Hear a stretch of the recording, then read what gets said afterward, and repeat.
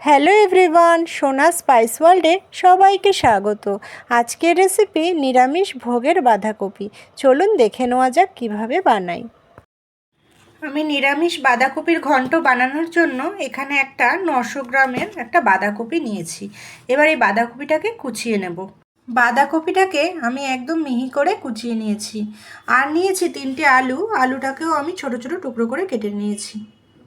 আমি একটা ভাজা মশলা ইউজ করব, তার জন্য নিয়েছি একটা তেজপাতা, একটা শুকনো লঙ্কা, 1 চামচ গোটা জিরে, 1 চামচ গোটা ধনে, 3টে ছোটো এলাচ আর 5টা লবঙ্গ আর 2 টুকরো জয়িত্রী।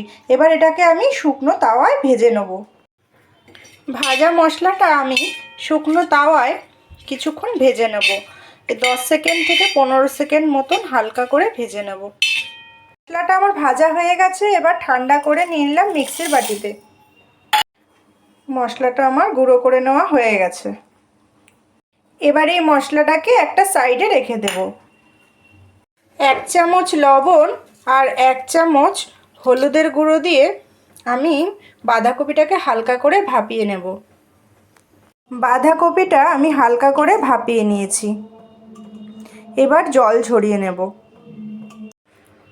কড়াইতে তেল গরম করে তার মধ্যে ফোড়নে দেব একটা শুকনো লঙ্কা, 2টো তেজপাতা, 1 চামচ গোটা জিরে, 2টো ছোটো এলাচ আর 3টে লবঙ্গ আর 1 ইঞ্চি দারচিনি।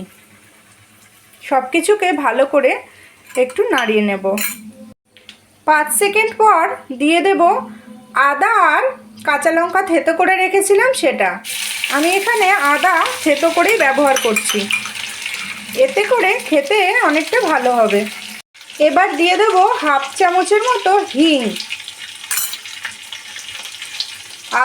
আদা থেতো আর হিংটা দিয়ে কিছুক্ষণ নাড়াচাড়া করে নেব। এবার যে আলুগুলো কেটে রেখেছিলাম সেই আলুগুলো দিয়ে দেবো।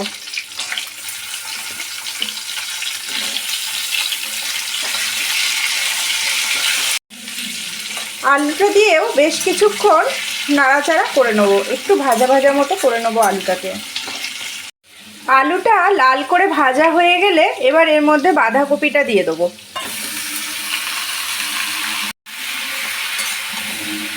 বাঁধাকপি দিয়ে বেশ কিছুক্ষণ নাড়াচাড়া করে নেব। এরপর দিয়ে দেবো 1 চামচ হলুদ, 1 চামচ ধনের গুঁড়ো, 1 চামচ জিরে গুঁড়ো, 1 চামচ ঝাল লঙ্কার গুঁড়ো, 1/2 চামচ কাশ্মীরি লাল লঙ্কার গুঁড়ো। এবার দেবো 1 চামচ লবণ। সব কিছুকে এবার খুব ভালোভাবে মিশিয়ে কিছুক্ষণ কষিয়ে নেব।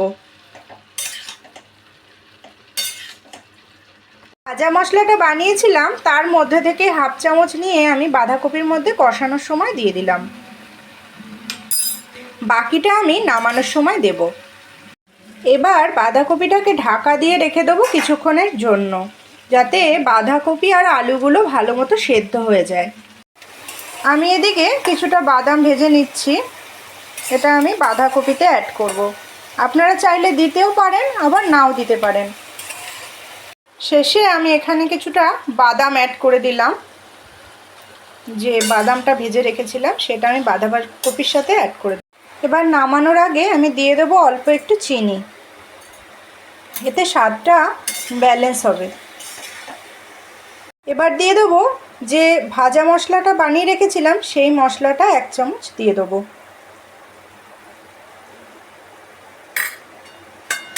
ভালো করে নাড়িয়ে নিয়ে এবার এর মধ্যে দিয়ে দেবো 1 চামচ ঘি।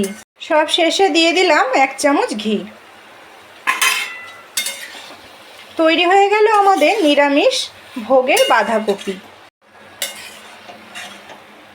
আজকের রেসিপি কেমন লাগলো কমেন্টস করে জানাবেন।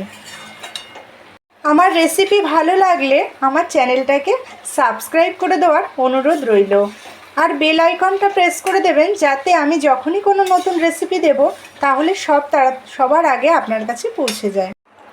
তৈরি হয়ে গেল আমাদের ভোগের বাঁধাকপি। এখন যেহেতু কার্তিক দামোদর মাস চলছে, তাই পুরো মাস জুড়ে আমার থাকবে নিরামিষ রেসিপি। অনেকেই এই মাসে নিরামিষ খায় এবং ঠাকুরকে ভোগ দেয়।